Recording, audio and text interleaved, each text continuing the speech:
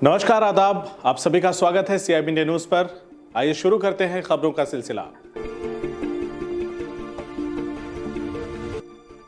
सगड़ी के देवरांचल में बंधे के उत्तर कटान से लोग परेशान हैं। लोगों का घर बार, खेत खलियान सब बाढ़ और कटान की भेंट चढ़ चुका है। पीड़ित सरकार से मदद की आस में है।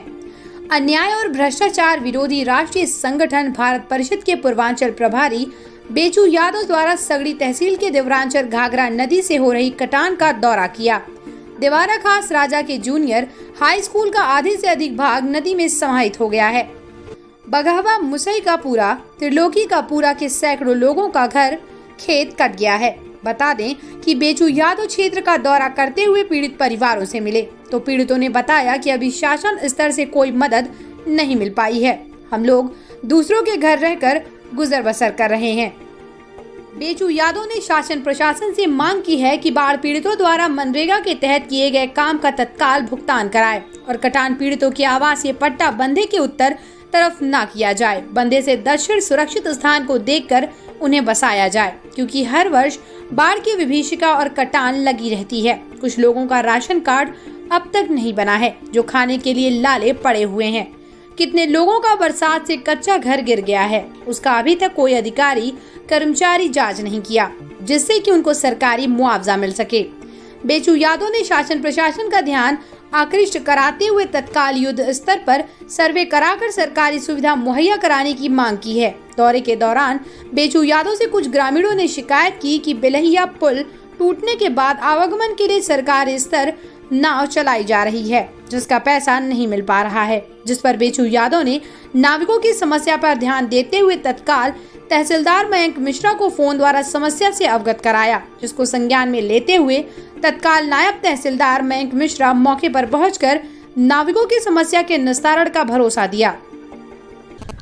देखिए, यह भारत परिषद संगठन से हम लोग हैं और हम देवारा क्षेत्र में आए हैं, जहां पर वो कटान हो रहा है देवारा खास राजा में। वहां पर आज भी कटान जारी है।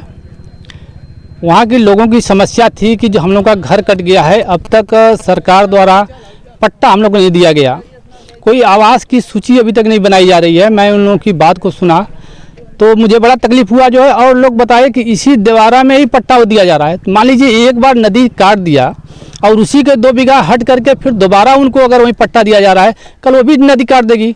उनको बंधे से दक्षिण साइड में कहीं सुरक्षित स्थान दे करके जो कटान पीड़ित हैं उनको वहाँ पर बसाया जाए जो है। मैं यह शासन प्रशासन से, तहसील प्रशासन से गुजारिश करूँगा कि आप जिनका भी घर और खेत कट गया है उनको पट्टा अगर आप कर रहे हैं तो बंधे से दक्षिण साइड में सुरक्षित स्थान पर उनको पट्टा दिया जाए, न कि देवरांचल में उनको दिया जाए जो है। फिर इसके बाद मैं और लोगों को समस्या सुनाई कि वो मनरेगा का कुछ मजदूरी संबंधी जो है कि बकाया है, तो गरीब आदमी है, मनरेगा में काम किए हैं, तो उनका तत्काल भुगतान जो है कि प्रधान द्वारा करा दिया जाए जो है, ताकि उनकी रोजी रोटी एक चले। रोजगार का धंधा बंद हो गया है, मनरेगा के तहत लोग काम किए तो उनको मिलना चाहिए जो है। इसके बाद हम लोग वहीं बघावा में जो है कि एक मीटिंग गाँव सरकार के बारे में किया है। फिर हम लोग यहाँ पर आए हैं आपके अजगरा मगरबी में आए हैं, वहाँ पर लालसा यादव जी के यहाँ हुआ है। फिर इसके बाद हम लोग माधोपुर आए हैं, रामजीवन विश्वकर्मा जी के यहाँ हुआ है।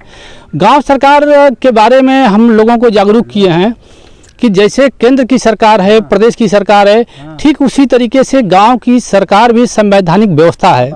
संविधान के अनुच्छेद 243(6) में गांव सरकार का उल्लेख किया गया है।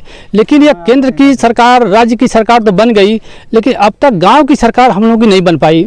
यह हमारे जो सत्ता में बैठे हुए जो पार्टी और राजनेता हैं, यह लोग हम ग्रामीणों को, जो गांव की जनता को अनपढ़ गंवार मूर्ख समझ करके आज तक देश आज़ाद हुए 74 साल हो गया, लेकिन आज तक नहीं बताए कि गांव सरकार की भी व्यवस्था है। जैसे हम केंद्र सरकार चलाते हैं, प्रदेश सरकार चलाते हैं, वैसी गांव की जनता को भी सरकार चलाने का आदेश है।